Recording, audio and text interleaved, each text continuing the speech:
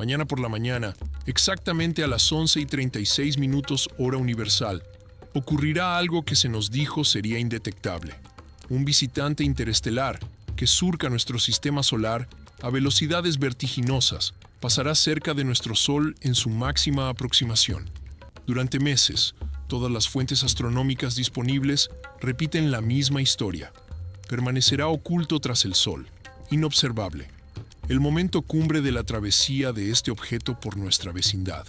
El instante exacto en que cualquier nave espacial realizaría su maniobra más eficiente en cuanto a combustible, convenientemente oculto a todos los telescopios terrestres. Pero hace 4 días, el 25 de octubre, un astrónomo aficionado apuntó su equipo al cielo y captó algo que lo cambia todo. El objeto que se suponía sería invisible estaba allí mismo, visible, observable, junto al Sol, a plena luz del día. O todas las principales instituciones astronómicas calcularon catastróficamente mal, o alguien quería que miráramos hacia otro lado. Mañana descubriremos cuál de las dos opciones es. Antes de sumergirnos en lo que podrían ser las 48 horas más trascendentales de la astronomía moderna, necesito hacerles una pregunta. Si esta historia les importa, si desean mantenerse informados sobre lo que realmente está sucediendo ahí arriba, denle a me gusta y suscríbanse al canal. Ambas acciones ayudan más de lo que imaginan. Y esto es lo que me genera curiosidad. Díganme en los comentarios, ¿desde dónde nos escuchan? ¿Qué hora es ahí ahora mismo? Y si estarán observando el cielo mañana por la mañana. Compartan esto en redes sociales si creen que otros deberían saberlo.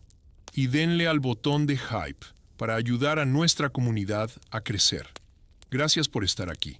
La mentira que nos contaron. Empecemos por lo que se suponía debíamos creer. Desde julio, cuando se detectó por primera vez el 3 Atlas, dirigiéndose hacia nuestro sistema solar interior, la cronología oficial ha sido notablemente coherente. La narrativa era algo así. El 29 de octubre de 2025, a las 11:36 hora coordinada universal, este visitante interestelar alcanzaría el perihelio, su máxima aproximación al Sol, a una distancia de 1,356 unidades astronómicas. Esos son aproximadamente 203 millones de kilómetros si están haciendo cuentas.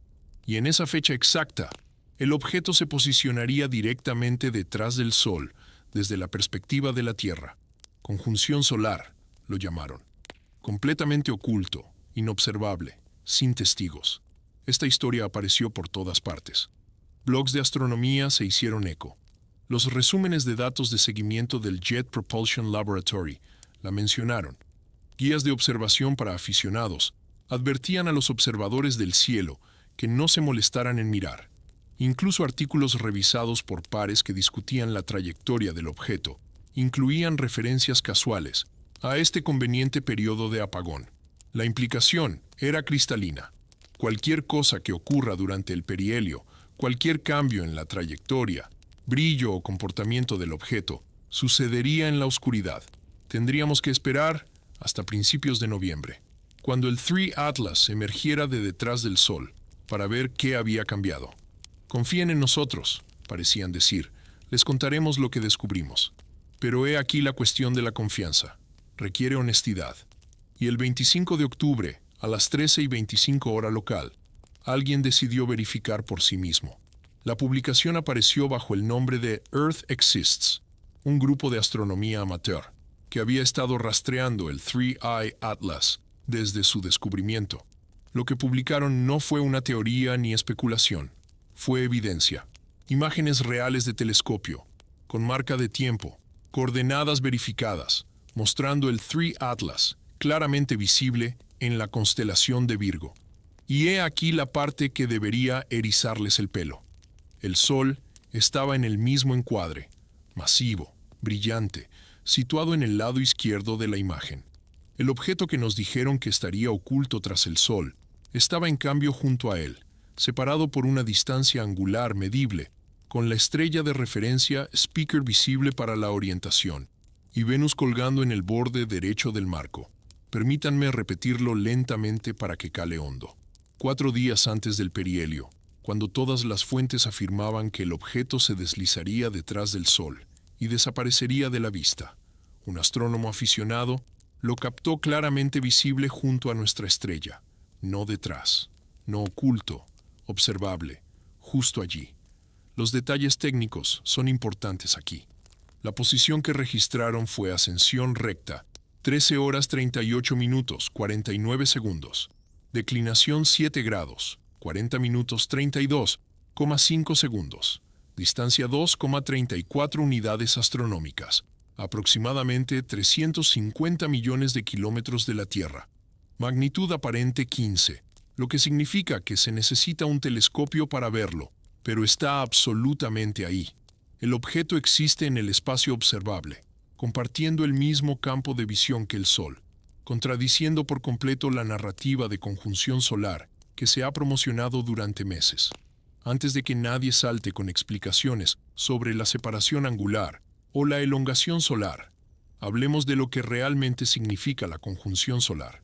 Cuando los astrónomos dicen que un objeto está en conjunción solar, se refieren a que está posicionado aproximadamente en la misma longitud celeste que el Sol desde el punto de vista de la Tierra. La definición práctica suele incluir objetos dentro de unos 10 a 30 grados de elongación solar, la distancia angular desde el centro del Sol. Por debajo de ese umbral, el resplandor del Sol lo abruma todo, haciendo que la observación sea efectivamente imposible sin equipo coronógrafo especializado. Pero he aquí lo que hace que la observación del 25 de octubre sea tan demoledora. Si el 3I Atlas es visible ahora, claramente separado del Sol en el mismo campo telescópico, entonces la geometría básica nos dice algo extraordinario.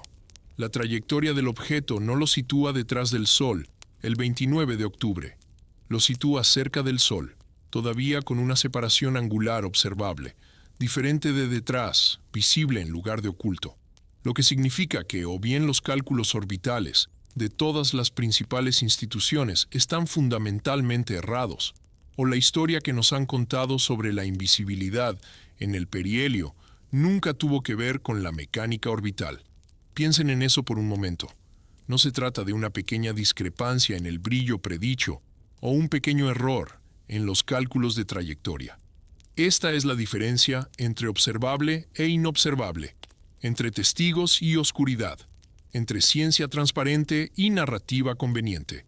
El momento más crítico en el paso de este objeto por nuestro sistema solar, la ventana exacta cuando la física nos dice que cualquier nave tecnológica realizaría correcciones de rumbo para maximizar la eficiencia, coincide casualmente con un periodo en el que nos dijeron que no habría cobertura de observación terrestre. Solo una coincidencia cósmica, nos aseguraron. Nada que ver aquí, literalmente, excepto que ahora sabemos que hay algo que ver. La pregunta es por qué querían que creyéramos lo contrario. El grupo Earth Exists no se detuvo en demostrar la visibilidad. Recopilaron sus observaciones anteriores del 21 y 23 de octubre y comenzaron a comparar notas. Recuerden, han estado documentando desviaciones sistemáticas de trayectoria durante más de una semana, desplazamientos de posición respecto a las predicciones del Jet Propulsion Laboratory, que alcanzan 15,4 minutos de arco, cambios de velocidad lateral que requieren aproximadamente 3,95 kilómetros por segundo de aceleración no gravitacional, anomalías de brillo que muestran el objeto consistentemente entre un 20 y un 26% más tenue de lo esperado por los modelos, a pesar de acercarse al Sol. Estas no son discrepancias sutiles.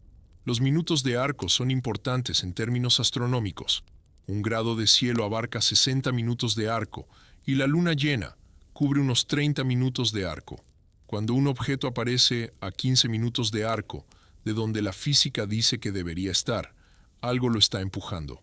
Algo está cambiando su trayectoria.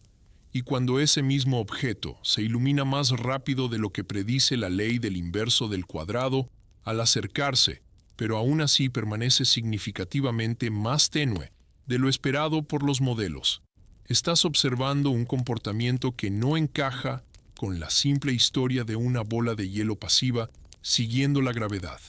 Los datos del 23 al 25 de octubre hacen esto aún más interesante.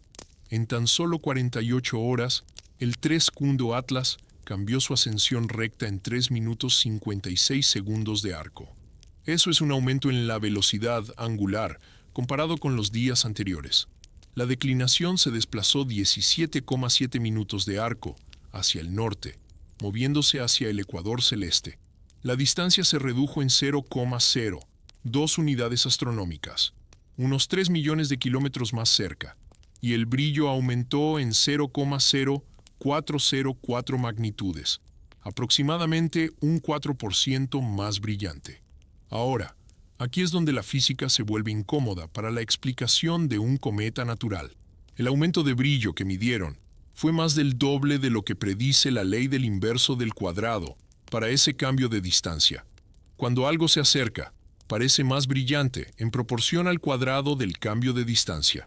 Al pasar de 2,36 unidades astronómicas a 2,34 unidades astronómicas, se espera un brillo de aproximadamente 0,017017 magnitudes. Midieron 0,04, más del doble, mientras que simultáneamente permanecía casi un cuarto de magnitud más tenue de lo que los modelos predijeron para el 25 de octubre. El objeto se ilumina más rápido de lo que debería al acercarse, pero sigue siendo más tenue de lo que debería en general. Así no se comportan los reflectores pasivos, y la velocidad angular se está acelerando. La tasa de cambio de posición del 23 al 25 de octubre supera la tasa del 21 al 23 de octubre. A medida que el objeto se acerca al perihelio, no solo se mueve, sino que acelera de maneras que la aceleración gravitacional pura no explica del todo. Cuando combinas esto con el componente de velocidad lateral persistente, que ha sido documentado durante más de una semana, estás observando un objeto que se mueve más como si estuviera bajo control inteligente que como si siguiera una trayectoria balística. Pero esperen, hay más, porque mientras los astrónomos aficionados se dedicaban a demostrar que el perihelio sería observable, las instituciones principales estaban tranquilamente poniendo en marcha medidas que solo tienen sentido si sabían que algo grande se avecinaba.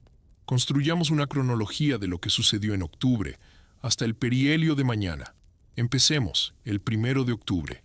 El gobierno de Estados Unidos entra en un periodo de falta de financiación, un cierre. La NASA se vuelve en gran medida silenciosa. Las comunicaciones públicas se reducen a un goteo. Y de repente, la agencia espacial más visible del planeta no está discutiendo activamente al visitante interestelar más significativo que jamás hayamos tenido la oportunidad de estudiar de cerca. ¿Coincidencia? Quizás. Sigamos. El 16 de octubre, el Instituto de Búsqueda de Inteligencia Extraterrestre, SETI, publica discretamente protocolos de detección post-señal revisados. Estos son los procedimientos oficiales sobre qué hacer si detectamos una señal o presencia de inteligencia extraterrestre.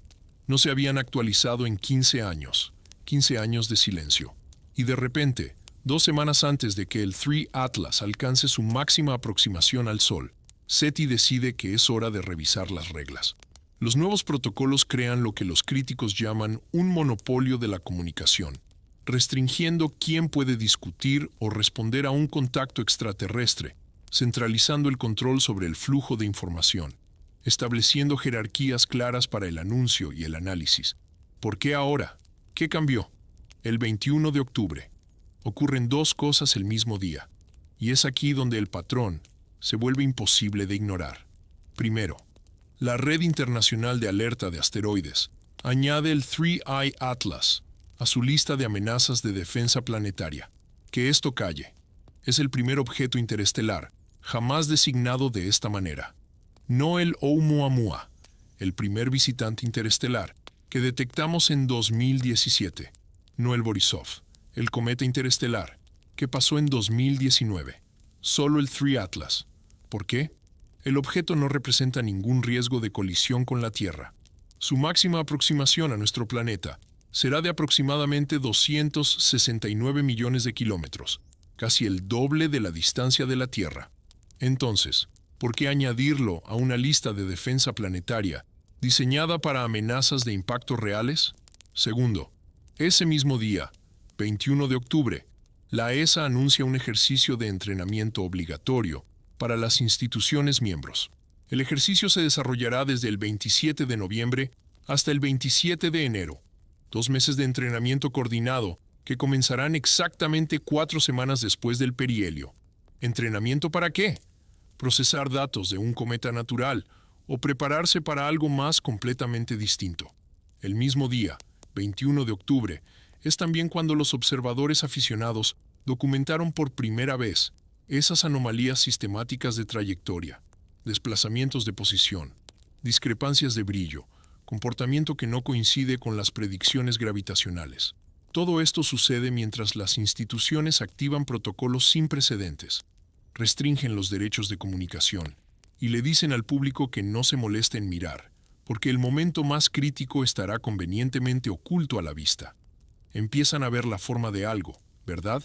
No exactamente una conspiración, no exactamente un accidente, sino algo intermedio, una respuesta coordinada a algo que vieron venir. Un suave empujón para mantener los ojos en otro lugar, mientras ellos descifraban con qué estaban lidiando. Una historia sobre la invisibilidad que resulta ser falsa, contada en el momento exacto en que la visibilidad importa más. Y he aquí lo que me quita el sueño. Si estuvieron dispuestos a engañar sobre algo tan básico como si podíamos observar el perihelio, ¿qué más no nos están diciendo? ¿Qué otras partes de la historia del Three-Eyed Atlas han sido cuidadosamente moldeadas para mantenernos tranquilos, pasivos, confiados en que los expertos tienen todo bajo control?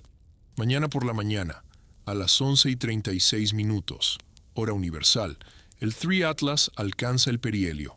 Las observaciones de Earth Exists demuestran que podemos verlo ocurrir. Todos los telescopios en el planeta capaces de apuntar en cualquier dirección cercana al Sol tendrán la oportunidad de registrar lo que ocurra, sin oscuridad, sin ocultación, solo la física desarrollándose en tiempo real, con testigos.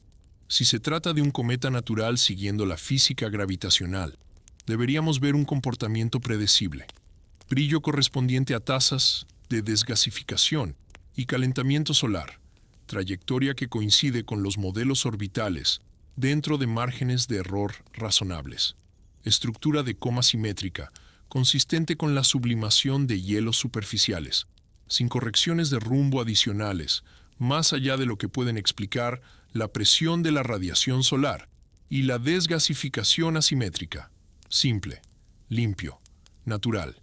Pero si se trata de algo más, si incluso el 1% de la hipótesis tecnológica tiene fundamento, mañana se vuelve muy diferente. Podríamos ver una aceleración lateral continua inconsistente con la gravedad sola, anomalías de brillo que sugieren emisiones controladas en lugar de reflexión pasiva y desgasificación, patrones geométricos en la coma que parecen diseñados en lugar de caóticos, potenciales correcciones de rumbo durante el propio paso del perihelio, aprovechando el efecto de la asistencia gravitatoria para maximizar la eficiencia del delta vía, y quizás, solo quizás, la liberación de objetos más pequeños, sondas hijas, exploradores, cualquiera que sea la terminología que te resulte cómoda, utilizando la asistencia gravitatoria de nuestro Sol para redirigirse hacia objetivos del sistema interior. Mañana descubriremos en qué universo vivimos, aquel en el que los visitantes interestelares son siempre naturales, siempre pasivos, siempre exactamente lo que esperamos que sean, o aquel en el que alguien más aprendió a viajar entre las estrellas antes que nosotros y están aquí ahora mismo, haciendo exactamente lo que haríamos nosotros si enviáramos una sonda a otro sistema solar. Observar, medir, decidir. Y si resulta ser el segundo universo, si mañana trae evidencia de que el 3A Atlas no es lo que nos dijeron que era, entonces cada mentira, cada desinformación, cada intento de mantenernos mirando hacia otro lado, mientras la verdadera historia se desarrollaba, tendrá perfecto sentido. Porque, ¿cómo le dices a 8.000 millones de personas que no están solas? ¿Cómo anuncias que el universo está lleno de inteligencia y que simplemente hemos sido demasiado jóvenes, demasiado aislados, demasiado primitivos para darnos cuenta hasta ahora? No lo haces. No hasta que sea absolutamente inevitable. no hasta que la evidencia sea tan abrumadora que el silencio ya no sea una opción. Quizás por eso querían que creyéramos que el perihelio sería invisible. Quizás necesitaban tiempo para prepararse, para coordinarse, para averiguar cómo manejar lo que venía después. Pero mañana, esa ventana se cierra. Mañana veremos, todos nosotros, lo queramos o no, la nueva luna de la Tierra de la Guerra Fría. Mientras el Three Eye Atlas domina los titulares con su dramático acercamiento, otro descubrimiento se coló en el registro astronómico este verano, que podría reescribir completamente lo que creemos saber sobre el vecindario de la Tierra. El 2 de agosto de 2025, Carlos y Raúl de la Cima Marcos avistaron algo que no debería existir: un cuasi satélite de la Tierra, designado 2025 PN7, orbitando en sincronía con nuestro planeta de una manera que los asteroides naturales casi nunca hacen. Los números no cuadraban desde el principio. El momento era aún peor. He aquí lo que diferencia a un cuasisatélite de una luna regular. Las lunas verdaderas están gravitacionalmente unidas a su planeta, atrapadas en órbitas estables por la masa del planeta. Los cuasisatélites no están unidos en absoluto. Orbitan el Sol, no la Tierra, pero su periodo orbital coincide tan estrechamente con el nuestro que parecen bailar a nuestro alrededor en el cielo, manteniendo el paso, manteniéndose cerca, sin alejarse demasiado. Es un equilibrio delicado, fácilmente perturbado, que rara vez dura más de unos pocos siglos antes de que las perturbaciones gravitacionales de otros planetas desvíen el objeto hacia una órbita diferente. 2025 PN7 ha estado en esta configuración de cuasi-satélite desde la década de 1960. No millones de años, no miles de años, solo desde la carrera espacial, desde el Sputnik y el Apolo, y el frenético impulso por alcanzar más allá de nuestra atmósfera antes que el otro bando. Desde que la humanidad empezó a lanzar hardware al espacio profundo en trayectorias que los llevarían más allá de otros mundos, a veces con éxito, a menudo no. Avi vio los elementos orbitales y hizo una pregunta que nadie más quería abordar. ¿Es esta cosa natural o la hicimos nosotros? El artículo que publicó con Adam Hibbert parece un relato policial escrito en mecánica orbital. Tomaron cada misión interplanetaria importante, lanzada en la década de 1960. Extrajeron las fechas de partida y los tiempos de llegada planetaria. Los introdujeron en un software de optimización de trayectorias llamado OITS y plantearon una pregunta simple. ¿Podría alguna de estas misiones haber terminado donde está 2025 PN7 ahora? Una misión seguía apareciendo en los resultados. Sond, lanzada por la Unión Soviética el 2 de abril de 1964, destinada a Venus y casi inmediatamente plagada de fallos. La nave espacial perdió el control de actitud. Las comunicaciones se degradaron, los sistemas críticos empezaron a morir uno a uno, mientras a la deriva por el espacio interplanetario, desviada de su curso, sin potencia, condenada. Pero he aquí la cuestión de los lanzamientos de cohetes. No son objetos únicos.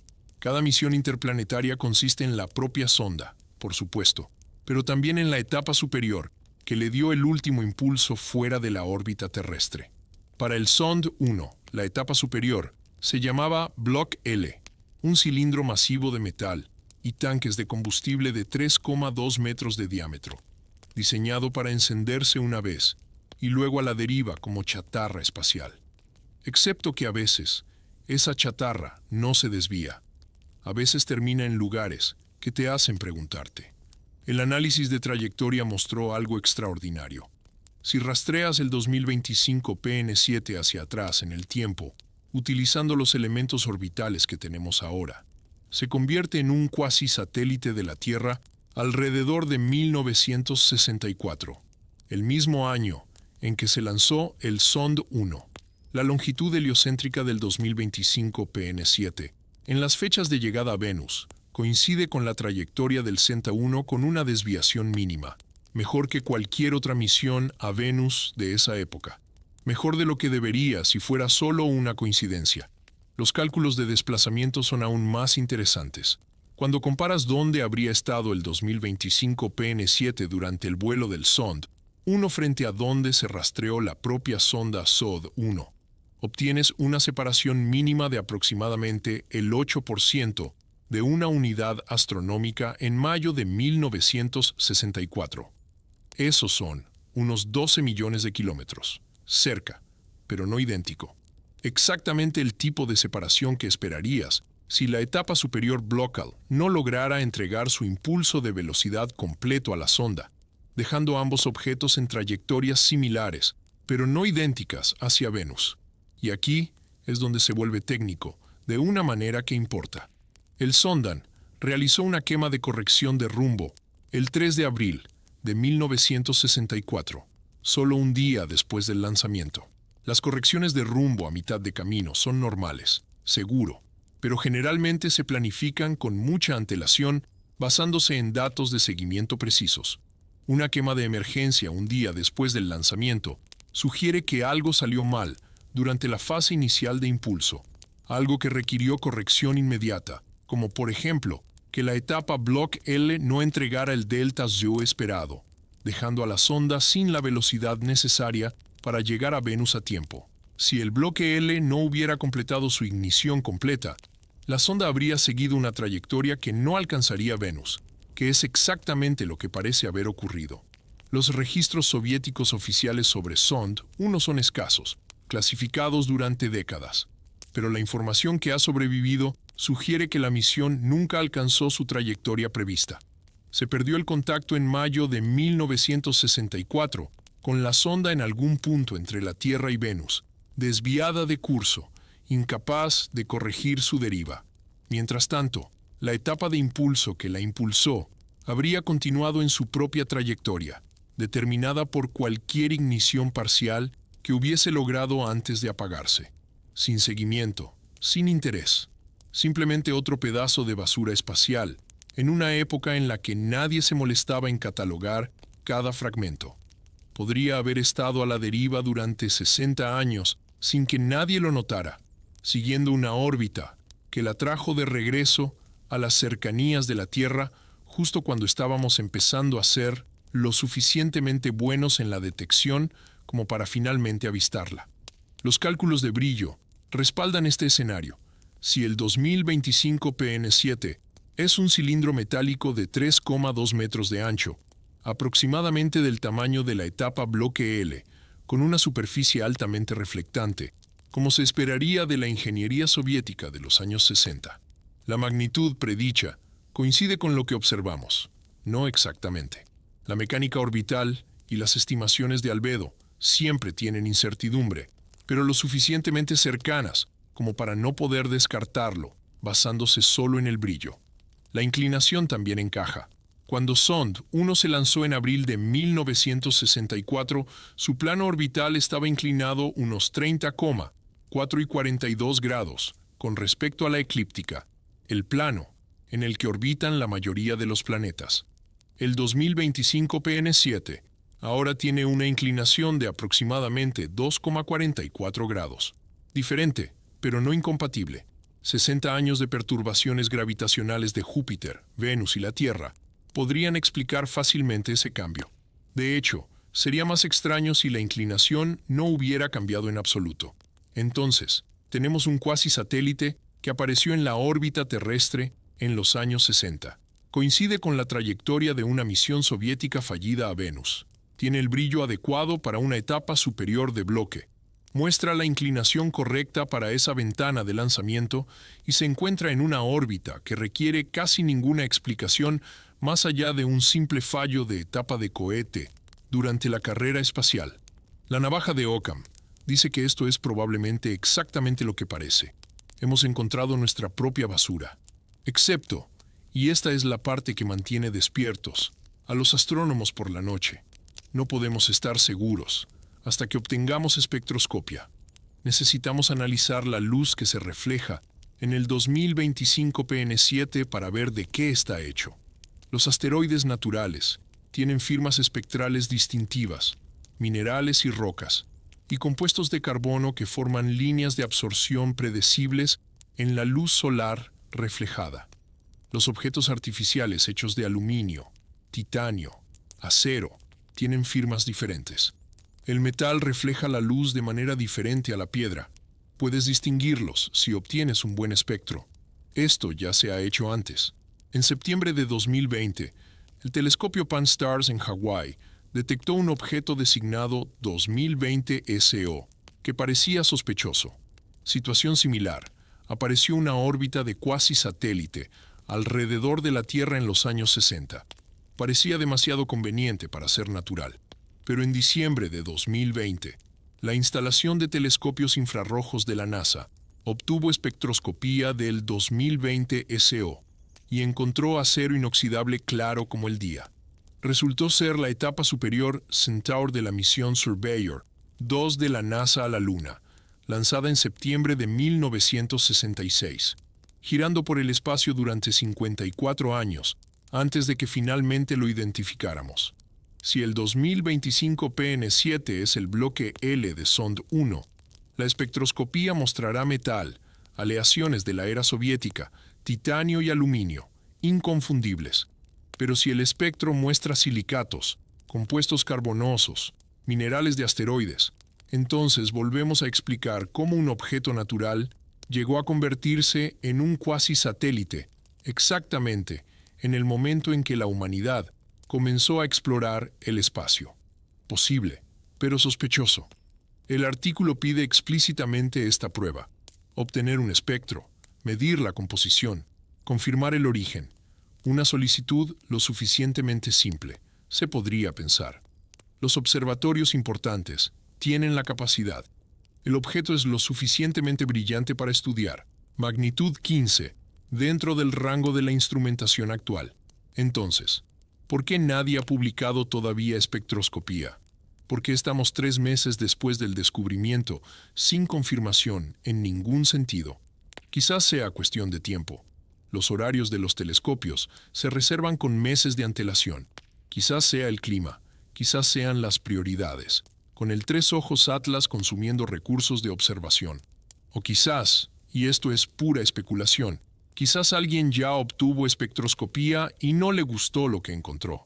Porque aquí está la pregunta incómoda debajo de todo esto.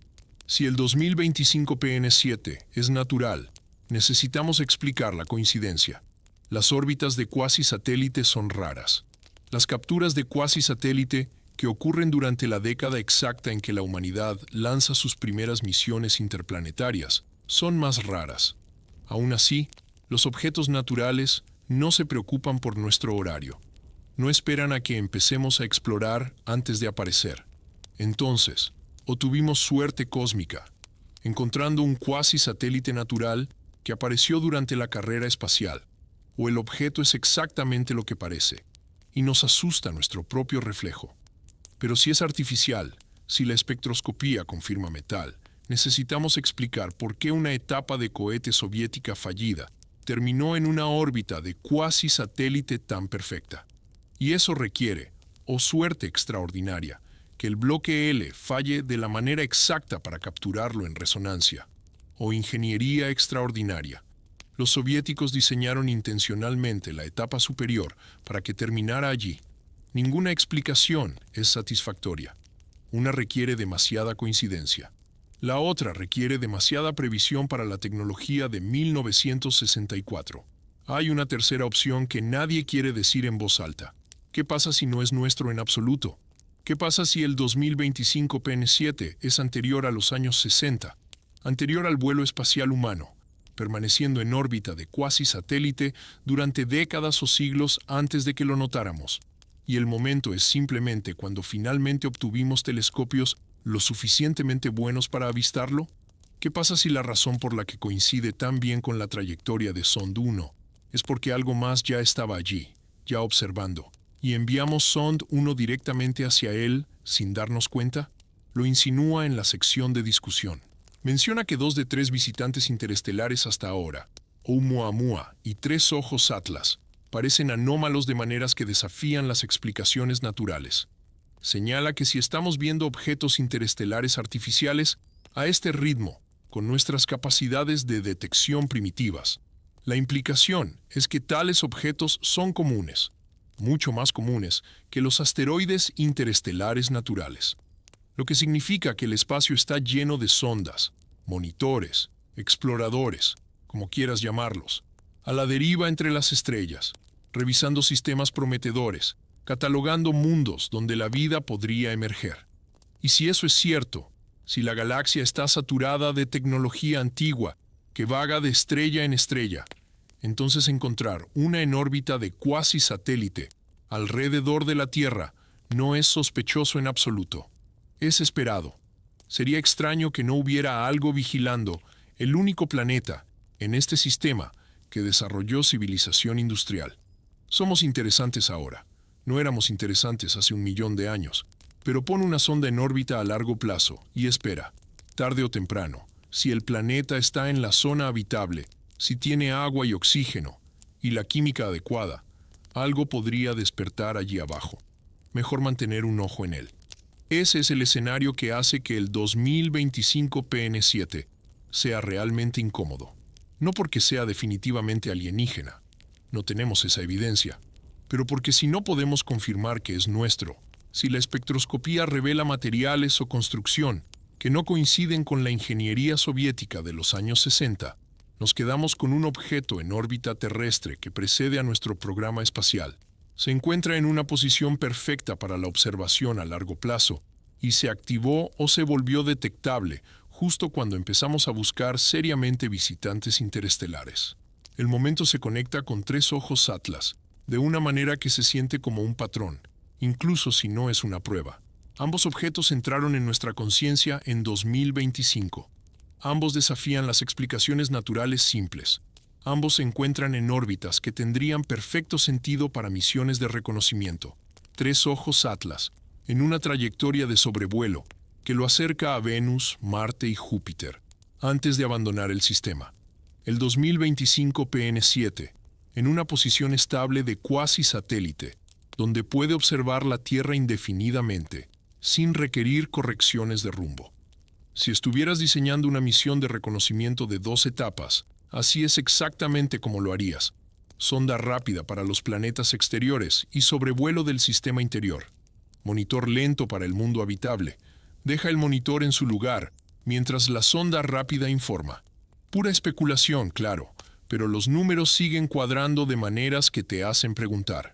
La conexión con SOND 1 proporciona una tapadera perfecta. Si alguien nota el cuasi satélite, se le atribuye a la chatarra espacial de la Guerra Fría. Nadie lo comprueba demasiado. Nadie exige espectroscopía. Son solo nuestra basura. Embarazoso pero inofensivo. Caso cerrado. Hasta que alguien como Lo decide realizar los cálculos y descubre que la explicación de la chatarra, aunque plausible, requiere una secuencia muy específica de fallos que casualmente producen una órbita muy útil. Deberíamos saberlo pronto. La espectroscopía lo resolverá. Metal significa humano. Silicato significa natural. Cualquier otra cosa significa que tenemos un problema. Pero hasta que lleguen esos resultados, hasta que alguien publique un espectro que muestre una identificación clara, en un sentido u otro, el 2025 PN7 permanece en órbita terrestre, observando, esperando, siendo lo suficientemente ambiguo como para que ambas explicaciones permanezcan sobre la mesa. Y si te preguntas por qué esta historia no está recibiendo más atención, por qué los principales medios de comunicación no gritan sobre la potencial nueva luna de la Tierra, considera lo que sucede si resulta ser alienígena. Considera el pánico. Considera las preguntas. Si hay algo observándonos desde órbita ahora mismo, ¿cuánto tiempo ha estado allí? ¿Qué ha visto? ¿A quién está informando? Esas no son preguntas cómodas. Mucho más fácil asumir que es chatarra espacial soviética y seguir adelante.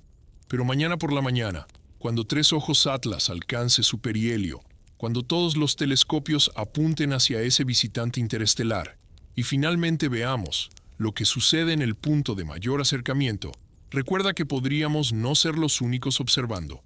Si el 2025 PN7 es lo que sugieren los escenarios incómodos, tiene un asiento de primera fila, un punto de vista perfecto, una vista ininterrumpida, y cualquier dato que recopile, cualquier observación que haga, no serán nuestros para analizar. Las Vegas obtiene ojos en el cielo. A veces, los anuncios científicos más importantes no provienen de comunicados de prensa ni de revistas académicas. A veces llegan en podcasts a las 2 de la mañana intercalados en una conversación entre un físico y un comediante, mencionados casi casualmente como «No es gran cosa que acabamos de instalar, lo que podría ser el sistema de detección de anomalías más sofisticado del planeta, en la cima de un lugar de entretenimiento de 2,3 mil millones de dólares, en medio del desierto de Nevada».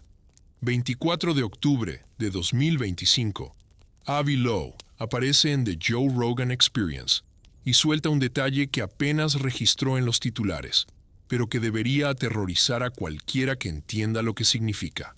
El proyecto Galileo, su iniciativa para buscar evidencia de tecnología extraterrestre, utilizando métodos científicos en lugar de anécdotas y especulaciones, acaba de completar la instalación de un conjunto de cámaras de cielo completo en la cima de Sphere en Las Vegas. No cerca de Sphere, no al lado de Sphere, en la cima de ella, en el punto más alto, por encima de las pantallas LED, posicionado como una peca en la piel exterior perfecta de la instalación de entretenimiento inmersivo más grande y costosa del mundo. Hablemos de lo que es realmente Sphere, porque el contexto importa.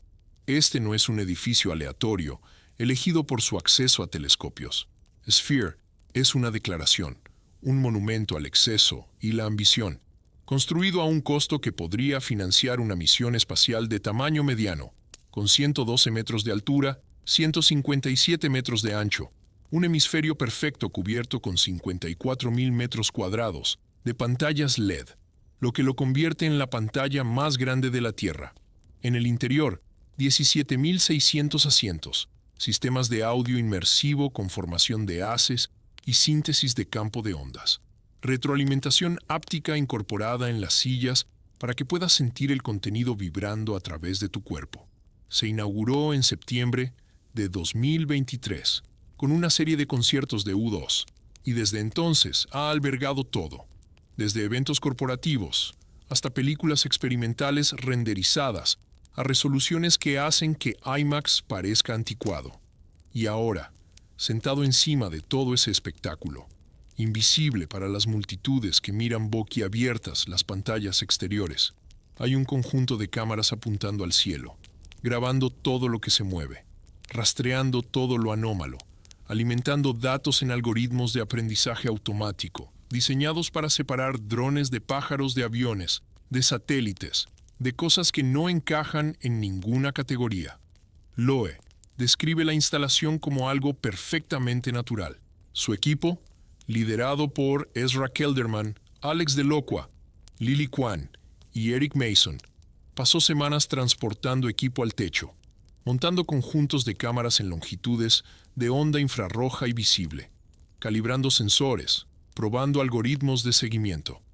Habla de subir a la cima durante la instalación, mirando a Las Vegas desde un punto de vista que pocas personas ven, y diciéndole a su equipo, si puedes llegar a la cima de Sphere, llegarás a cualquier parte.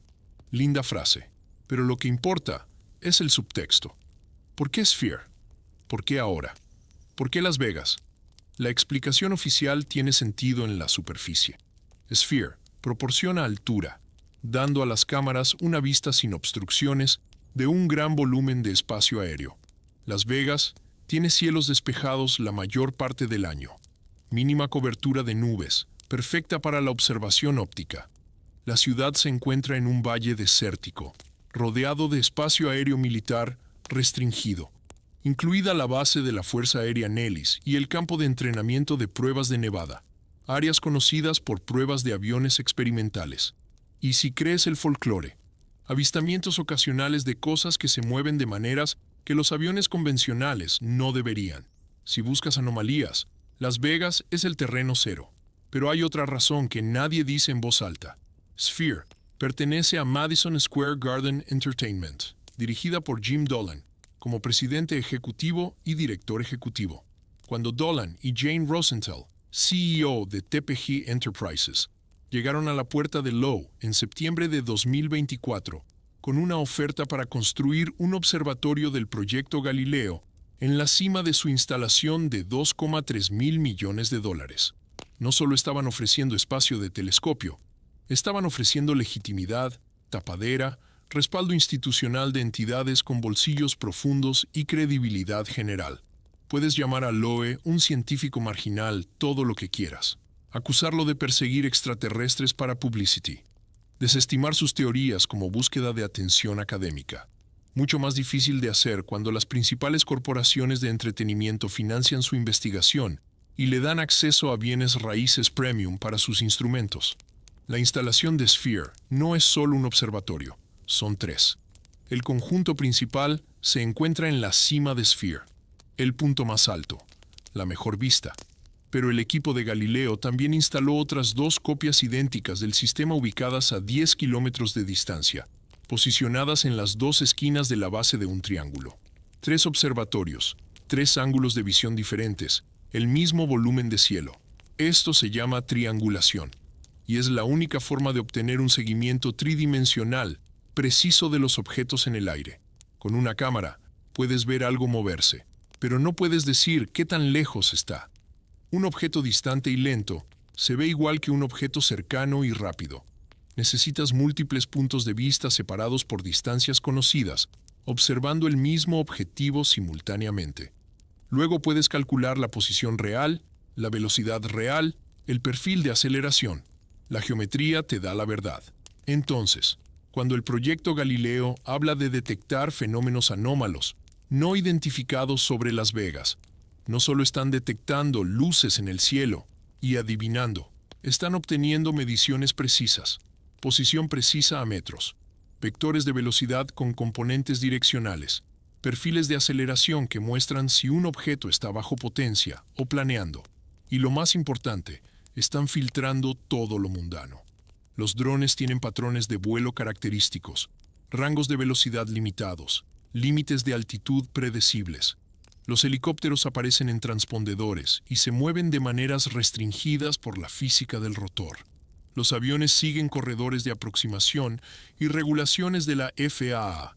Los satélites pasan por encima en órbitas predecibles, con horarios conocidos. Los pájaros vuelan como pájaros. Los insectos se agrupan como insectos. Los globos flotan con el viento. Los algoritmos de aprendizaje automático conocen todo esto. Han sido entrenados con millones de ejemplos de objetos ordinarios, haciendo cosas ordinarias.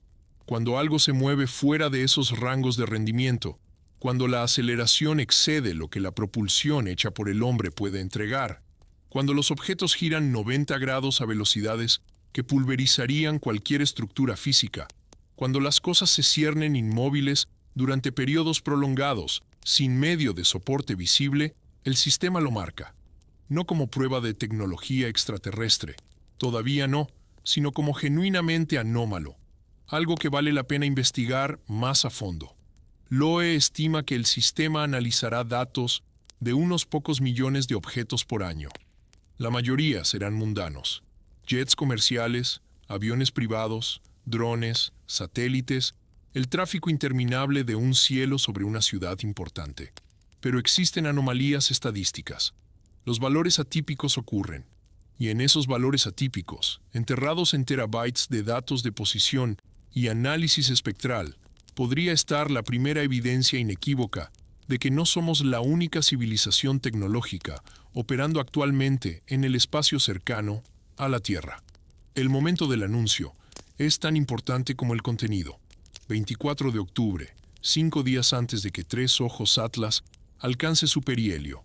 4 días después de que astrónomos aficionados demostraran que el objeto sería visible durante su mayor acercamiento, 3 días antes de que los protocolos institucionales terminen de organizarse.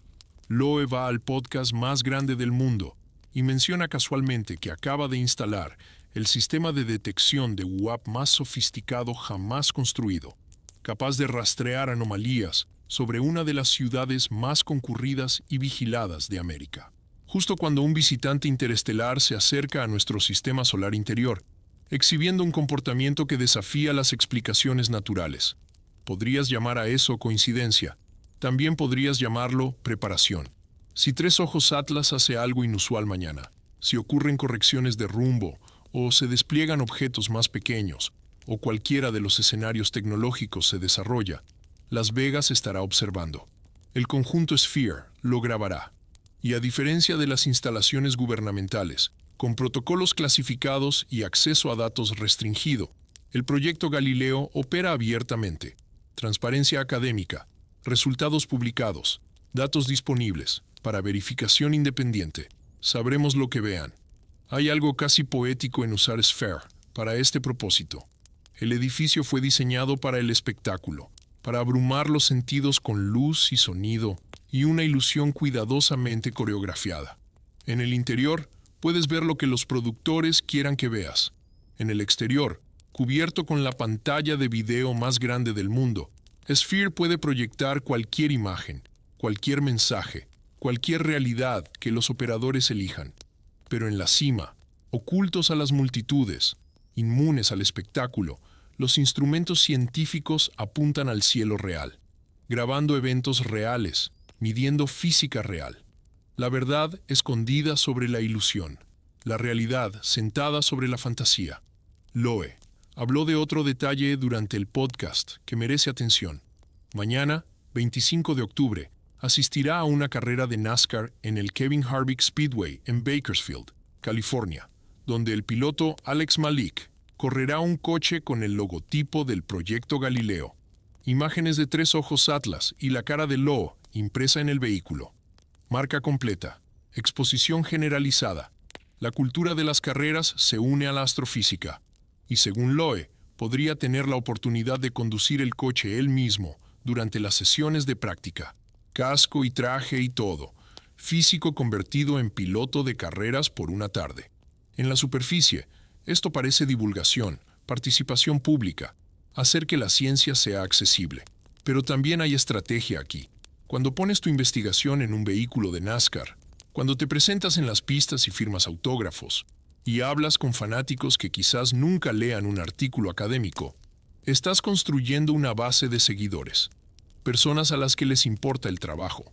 Personas que exigirán respuestas si los datos son suprimidos o los hallazgos son clasificados o las instituciones intentan enterrar resultados que desafían las suposiciones cómodas. Estás generando presión desde abajo, un interés de base que es más difícil de ignorar que la pura curiosidad académica. El Observatorio Sphere representa la misma estrategia a mayor escala. Es ciencia pública, financiada por entidades privadas, operando a plena vista. Imposible de clasificar sin explicar por qué la observación clasificada del espacio aéreo de Las Vegas se convirtió repentinamente en una prioridad de seguridad nacional. Si el proyecto Galileo detecta algo genuinamente anómalo sobre Nevada, algo que va más allá de las capacidades tecnológicas humanas, esos datos serán públicos, publicados, analizados por investigadores independientes. No puedes clasificarlo retroactivamente, sin admitir que observaciones no clasificadas tropezaron con algo que has estado manteniendo en secreto. Este es exactamente el tipo de presión que fuerza la divulgación. No informantes dramáticos haciendo afirmaciones inverificables, no documentos filtrados de procedencia dudosa, simplemente buenos instrumentos, buenos datos, buen análisis y acceso público. Si es real, si los objetos en nuestro espacio aéreo demuestran capacidades tecnológicas más allá de lo que podemos construir, múltiples redes de observación independientes, eventualmente los capturarán en cámara, triangulados, medidos, innegables. Y cuando eso suceda, cuando la evidencia se vuelva abrumadora, el secreto se volverá imposible. Ya estamos viendo indicios de cómo se ve esa presión. Las audiencias del Congreso sobre avistamientos de fenómenos aéreos no identificados, FANI, se han intensificado en los últimos 2 años. El personal militar está compareciendo con testimonios sobre objetos que violaron espacio aéreo restringido y demostraron características de rendimiento que no coinciden con ninguna aeronave conocida. Funcionarios del Pentágono están siendo interrogados sobre la falta de transparencia.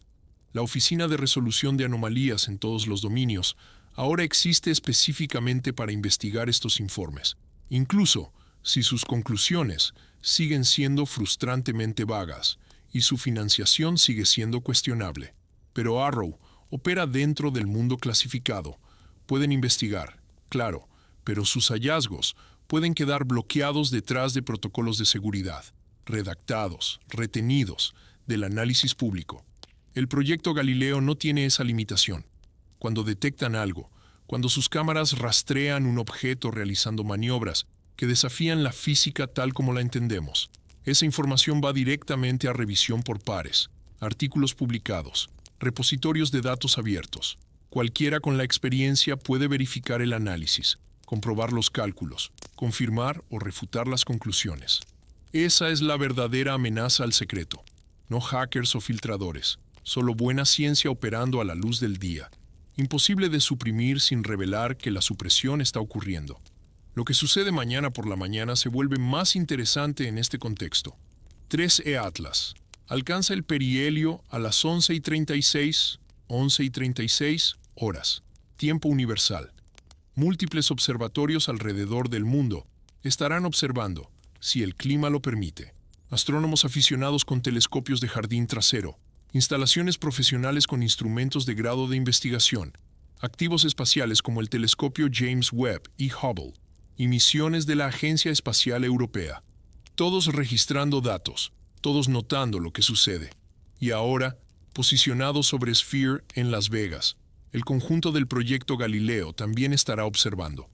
No el objeto interestelar en sí, está demasiado lejos para el rastreo óptico terrestre a la luz del día, sino el cielo de Nevada, el espacio donde los objetos podrían aparecer si algo se despliega de 3I Atlas, el volumen donde las sondas se volverían detectables si utilizan la asistencia gravitatoria del Sol para redirigirse hacia objetivos del sistema interior. Si se lanzan minisondas mañana, si la hipótesis de la nave nodriza se cumple, y 3I Atlas libera naves más pequeñas durante el paso por el perihelio, algunos de esos objetos podrían dirigirse hacia la Tierra. Maniobras de órbita inversa, utilizando empuje en el perihelio para frenar y caer en órbitas ligadas. Y cuando lleguen, semanas o meses a partir de ahora, pasarán sobre ciudades, sobre desiertos, sobre Las Vegas, donde las cámaras estarán esperando. Un detalle final del podcast es importante. Lo mencionó que la carrera de NASCAR a la que asistirá mañana ocurre el mismo día que el perihelio. 29 de octubre. Evento astronómico por la mañana. Evento de carreras por la tarde. Físicos en la pista mientras la historia se desarrolla potencialmente a 200 millones de kilómetros de distancia. Hay simbolismo en eso. Velocidad y precisión. Riesgo y observación. Ingeniería humana en sus límites, justo cuando potencialmente presenciamos ingeniería más allá de esos límites. Lo que sucede en Vegas usualmente se queda en Vegas, o eso dice el dicho. Pero lo que sucede sobre Vegas, registrado por instrumentos científicos, analizado por aprendizaje automático, verificado por triangulación, eso no se quedará en ninguna parte. Eso entra en el registro permanente. Se convierte en datos que no podemos ignorar. 8 cosas imposibles. Y hablemos de lo que realmente sabemos. Despojado de especulación e hipótesis. Solo las observaciones documentadas, que no encajan en explicaciones cómodas. AVI califica a 3I Atlas con un 4 de 10, en su escala por posible origen tecnológico. No definitivo, no prueba, pero lo suficientemente significativo como para que descartar la posibilidad requiere ignorar múltiples anomalías independientes que se acumulan de maneras que los escenarios naturales luchan por explicar. 8 observaciones específicas obtuvieron esa calificación. Cada una individualmente podría tener explicaciones mundanas. Juntas, forman un patrón que se parece menos a coincidencia y más a diseño. Anomalía 1. Alineación de trayectoria. 3I Atlas se acerca al sistema solar interior en una trayectoria inclinada solo 5 grados, en relación con el plano de la eclíptica. Ese disco plano donde orbitan todos los planetas principales. Para objetos que llegan de direcciones aleatorias del espacio interestelar, distribuidos isotrópicamente por la esfera celeste, la probabilidad de alinearse tan estrechamente con nuestro plano planetario es de aproximadamente 0.2%. 0.2%. 1 de 500. Bajas probabilidades, pero no imposibles. Los sistemas eyectan desechos en todas las direcciones. La mayoría de ellos se pierden por completo a otros sistemas. pero ocasionalmente, raramente, algo lanzado desde otra estrella llega alineado con el plano orbital de los sistemas objetivo por pura casualidad, o podrías diseñar la trayectoria de esa manera deliberadamente.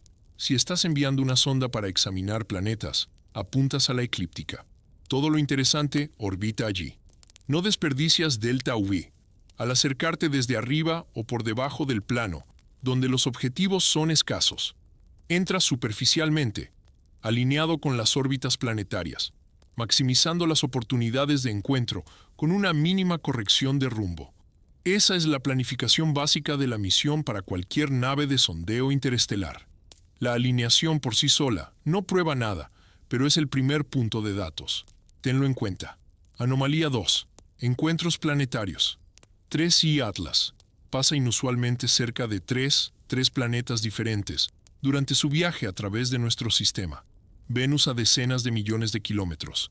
Marte aún más cerca, a unos 30 millones de kilómetros, el 3 de octubre. Júpiter a 54 millones de kilómetros en marzo próximo. La probabilidad de una trayectoria interestelar aleatoria que acerque un objeto a tres planetas separados es extraordinariamente baja. Estás combinando la probabilidad de entrar en el sistema solar en primer lugar, por el tiempo, la probabilidad de alineación de trayectoria que te acerca a los planetas interiores, por el tiempo, la probabilidad de programar tu llegada. Así que las posiciones planetarias se alinean para múltiples encuentros. El cálculo de lo pone la probabilidad combinada por debajo de 0.005%, 0.005%. 1 de 20.000. Técnicamente posible, pero requiere condiciones iniciales muy específicas que parecen sospechosamente a apuntar. Si estás diseñando una misión de gran gira para examinar múltiples mundos en un solo paso, esta es aproximadamente la trayectoria que elegirías. Pase rápido por el sistema interior, con acercamientos cercanos a Venus y Marte. Asistencia gravitatoria de Júpiter, en el camino de salida para aumentar la velocidad y ajustar el ángulo de salida. Eficiente, exhaustivo. Exactamente lo que las misiones Voyager de la NASA hicieron en nuestro sistema exterior en los años 70. Los objetos naturales no apuntan a nada. Siguen cualquier trayectoria que adquirieron durante la eyección de su sistema parental, moldeados por encuentros cercanos con planetas o estrellas durante su viaje interestelar, llegando a nuestro Sol desde direcciones esencialmente aleatorias, con velocidades esencialmente aleatorias. Que la mayoría de ellos se pierdan planetas por completo no es sorprendente. El espacio es enorme, los planetas son diminutos. Golpear múltiples objetivos requiere ya sea una suerte increíble o una planificación deliberada. 3. Atlas golpea múltiples objetivos. Anomalía 3. Tiempo de conjunción solar. El perihelio a 1.356 unidades astronómicas ocurre durante el mismo periodo en que el objeto alcanza la mínima separación angular del Sol vista desde la Tierra. Ya hemos discutido esto. La explicación generalizada dijo que la conjunción solar haría imposible la observación durante la ventana crítica en la que cualquier nave espacial realizaría maniobras de órbita, excepto que las observaciones amateurs demostraron que esa explicación era incorrecta. El objeto es visible, pero la narrativa en sí misma es reveladora. ¿Por qué decirnos que estaría oculto, a menos que alguien quisiera disuadir de mirar? La probabilidad de que el perihelio y la conjunción solar se alineen tan estrechamente, asumiendo una trayectoria aleatoria, es de aproximadamente 7%, según los cálculos. No espectacularmente improbable, pero añádela a las otras probabilidades. Alineación eclíptica por encuentros planetarios por tiempo de conjunción solar. La probabilidad compuesta cae en la improbabilidad estadística. Cualquiera de estas podría ser casualidad. Las tres juntas, empiezan a parecer deliberadas. Anomalía 4. El fenómeno de la cola anticola. De julio a septiembre, 3I Atlas exhibió algo extremadamente raro. Una anticola de material eyectado hacia el Sol, en lugar de alejarse de él. Esto viola la física básica de cómo funcionan el viento solar y la presión de radiación. Las colas de los cometas siempre deben apuntar lejos del Sol, empujadas por la corriente de partículas cargadas y fotones que fluyen hacia afuera. Las colas hacia el Sol requieren una geometría muy específica, donde las partículas de polvo en órbitas altamente elípticas aparecen proyectadas delante del núcleo o propulsión activa, superando el viento solar. Lowe y su colega Eric Kato publicaron un modelo detallado que explica la transición de la anticola a la cola regular en septiembre, cuando 3I Atlas se acercaba al perihelio. Su física es sólida. Las tasas de sublimación impulsadas por la temperatura cambian con la distancia. Las partículas de hielo tienen diferentes vidas útiles, dependiendo del tamaño y la composición. La sección transversal de dispersión alcanza su punto máximo a ciertas distancias donde los tiempos de supervivencia volátiles producen el efecto óptico máximo. Todos procesos perfectamente naturales que pueden producir una apariencia de anticola bajo las condiciones adecuadas. Pero Adam Hibbert, trabajando con Lowe en análisis de trayectoria, señaló algo interesante. Si 3I Atlas fuera una nave espacial alienígena frenando y la anticola representara el empuje de frenado, entonces la transición a una cola regular marcaría el final de la desaceleración. El empuje se apaga, la desgasificación se encarga. El comportamiento cambia de vuelo propulsado a crucero pasivo. El tiempo encaja, la física encaja, y mientras que las explicaciones naturales funcionan, también lo hace la tecnológica. Ambigüedad en lugar de resolución. Anomalía 5. Emisiones de níquel sin hierro. La espectroscopia de la coma de 3I Atlas, la nube de gas y polvo que rodea el núcleo, detectó vapor de níquel brillante. Esto es inusual. Los cometas contienen metales, claro, pero generalmente como minerales de silicato o granos metálicos incrustados en hielo, no en forma de vapor. Obtener níquel en fase gaseosa requiere temperaturas muy altas, ya sea por calentamiento solar de una superficie rica en compuestos volátiles de níquel o por procesos internos que vaporizan metal. Y la parte realmente extraña es la ausencia de firmas de hierro correspondientes. El níquel y el hierro se encuentran juntos en meteoritos, en asteroides, en prácticamente todos los objetos naturales del sistema solar que hemos estudiado. Encontrar uno sin el otro sugiere o una composición muy inusual o una emisión selectiva. Las naves espaciales alienígenas utilizan aleaciones de níquel. El acero inoxidable contiene níquel. Las baterías y los componentes electrónicos incorporan níquel. Si estuvieras construyendo una sonda interestelar, el níquel sería parte de los materiales estructurales y podría volatilizarse si se expone a un intenso calentamiento solar. No es prueba de origen artificial, pero es consistente con él, de maneras que complican las explicaciones naturales. Anomalía 6. Dominio de dióxido de carbono. El telescopio espacial James Webb midió la composición de 3I Atlas en agosto y encontró una relación extrema de dióxido de carbono a hielo de agua de 8:1, la más alta registrada para cualquier cometa. La mayoría de los cometas del sistema solar son ricos en agua con dióxido de carbono como componente menor. La relación inversa sugiere formación en un entorno muy frío, más allá de nuestro cinturón de Kuiper, donde los hielos de dióxido de carbono son más estables que el hielo de agua, o sugiere un almacenamiento deliberado de volátiles elegidos por sus propiedades que los hacen útiles. El dióxido de carbono es un excelente refrigerante. Se sublima limpiamente sin dejar residuos. Es denso, fácil de almacenar y libera energía predeciblemente cuando se calienta. Si estás diseñando un camuflaje de cometa para una nave espacial, un alto contenido de dióxido de carbono te da la firma óptica que necesitas, mientras minimizas la producción de agua, que sería difícil de controlar. De nuevo, la formación natural, en un entorno de nacimiento ultrafrío, explica esto, pero también lo hace la ingeniería. 7. Activación temprana. El satélite de sondeo de exoplanetas en tránsito, TESS, detectó actividad de desgasificación de 3I Atlas tan temprano como el 7-7 de mayo de 2025, cuando el objeto estaba aproximadamente a 6,4 unidades astronómicas del Sol. Eso está más allá de Júpiter.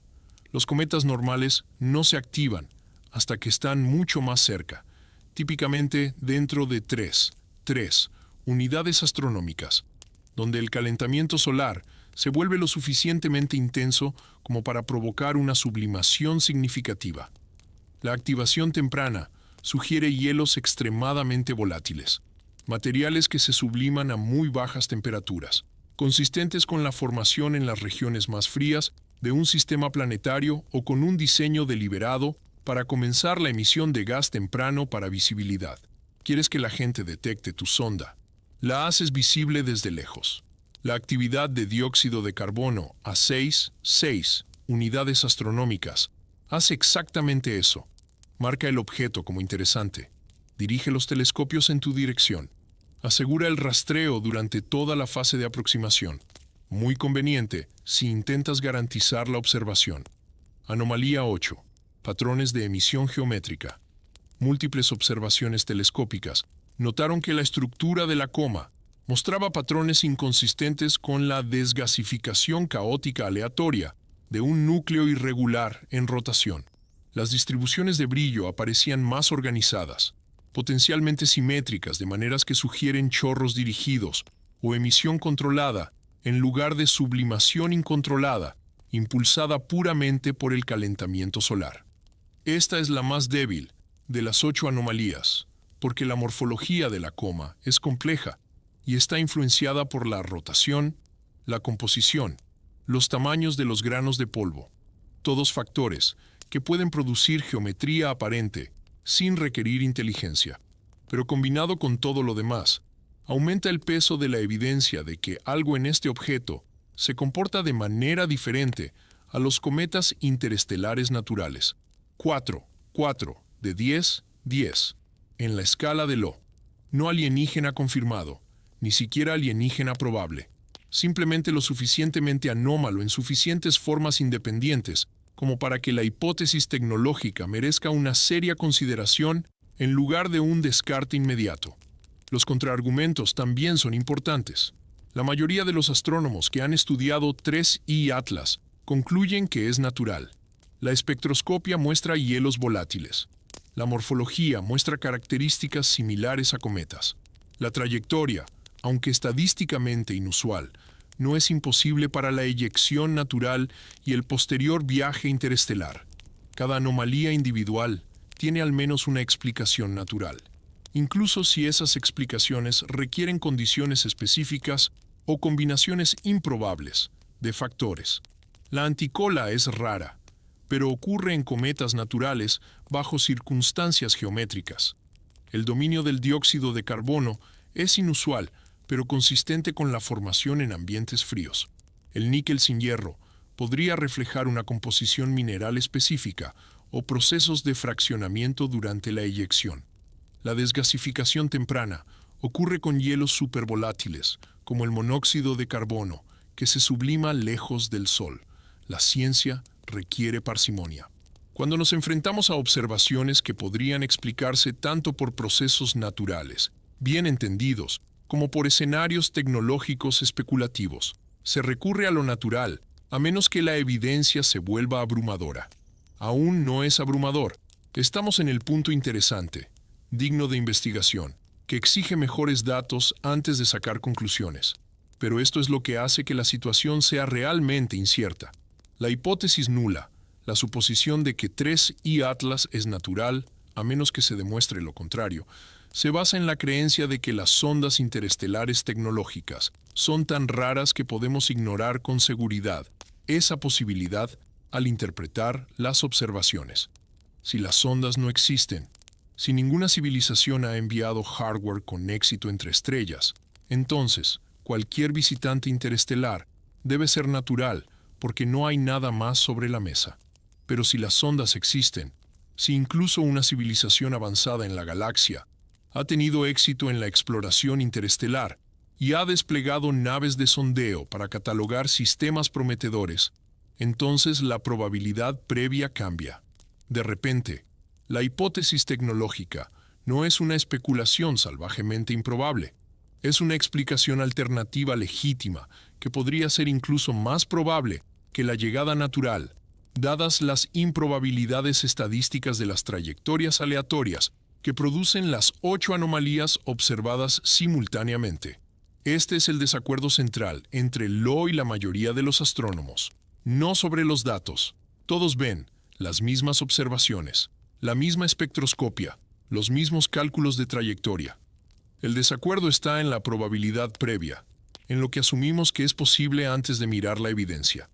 Si asumes que los extraterrestres son extremadamente raros o inexistentes, 3I Atlas debe ser natural a pesar de las anomalías. Si asumes que las civilizaciones tecnológicas son lo suficientemente comunes como para que las sondas puedan visitar ocasionalmente, 3I Atlas podría ser artificial, a pesar de mostrar características similares a cometas.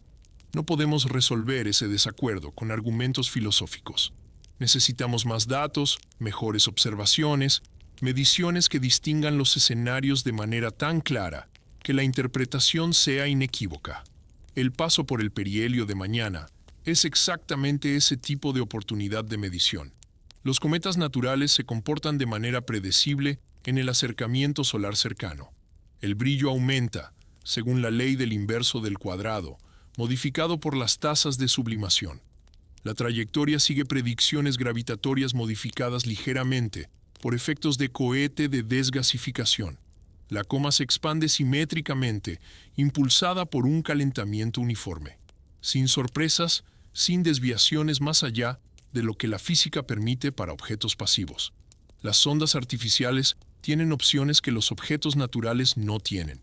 Pueden maniobrar, pueden desplegar naves secundarias, pueden modular el brillo controlando la emisión, pueden programar actividades para maximizar la eficiencia o minimizar la detección.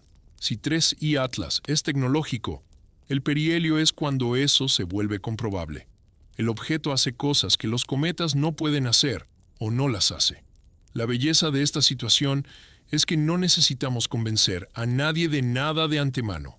Solo necesitamos observar y medir. Si mañana trae comportamiento de cometa convencional, la hipótesis tecnológica se debilita drásticamente. Claro, podrías argumentar que la sonda está imitando deliberadamente el comportamiento natural para evitar la detección, pero en ese punto estás invocando conspiraciones para salvar una hipótesis, y la ciencia no funciona así. Si parece un cometa, actúa como un cometa, y no muestra signos de capacidad más allá de lo que los cometas pueden hacer naturalmente. La explicación más simple es que es un cometa.